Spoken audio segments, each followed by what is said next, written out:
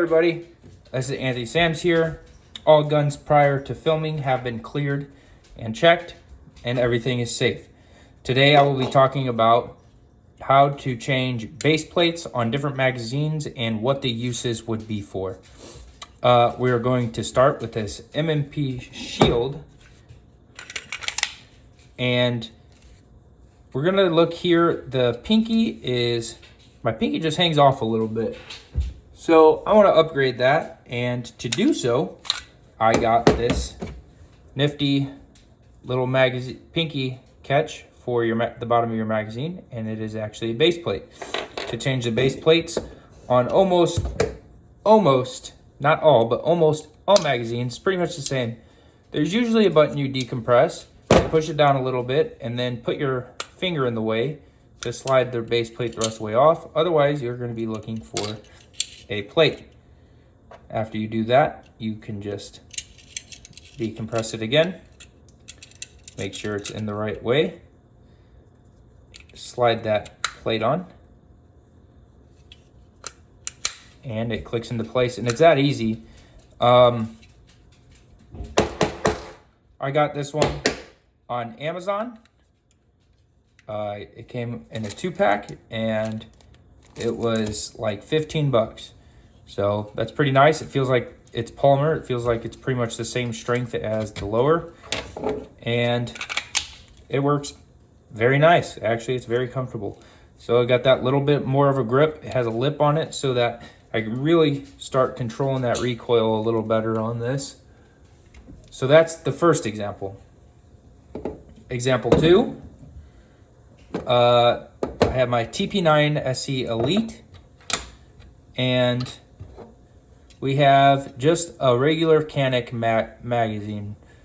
Canik magazines are pretty much all universal, aside from if you got one that fit flush in this. Obviously, it's not going to fit in a Rival or whatever the other models are, but this is just the run-of-the-mill magazine. You slide it in, and you have that gap, right? Well, if you're only using it for this gun, Canik actually makes this part that fills that space in. So what you do is just about the same thing. You're gonna decompress that button right there. Slide it like it's a lever. So I just push the button in and slide it halfway, just so the button's past the hole. Put my thumb over and slide it the rest of the way off, being very careful I don't fling this spring.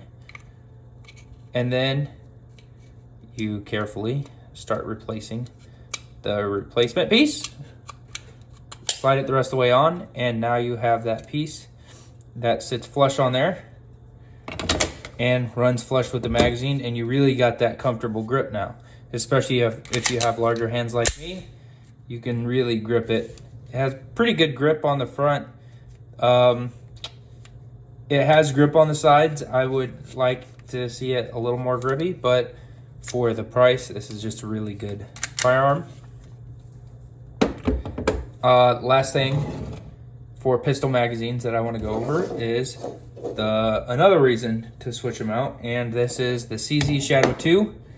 It runs flush, and this is a 17 round magazine.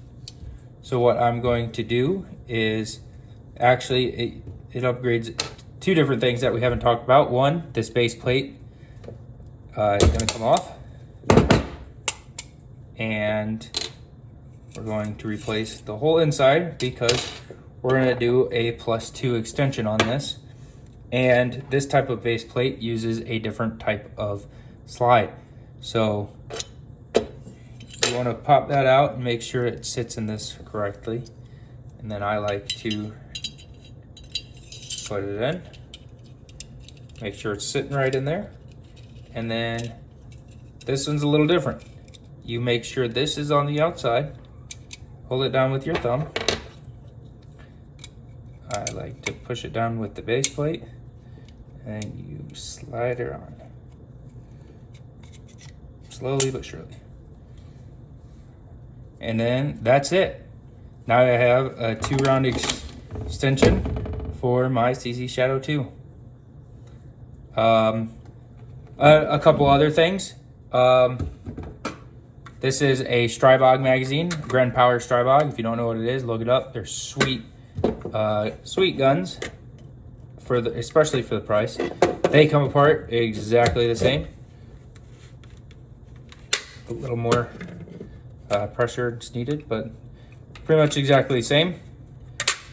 And here is an AR-15 magazine, M4 magazine, yada yada. The list goes on what these magazines are used for nowadays, but they come apart probably the easiest out of all of them. You can literally use just about anything. Push it in, slide it over. Probably do it with my finger. Yes, I spray painted my magazines. Yep. So the reason you want to take these apart is after a while, stuff gets brittle. Not as much nowadays because they're made with better parts, but stuff happens and you got to replace parts or clean the dirt out of your magazine so they stop jamming. Or maybe you break a magazine, you want to take the innards out so you can put it in another magazine later. But that is the basics on base plates and magazine maintenance. Not necessarily maintenance, but the different types of base plates you can use for different firearms. Thanks for watching. Hope y'all have a good day.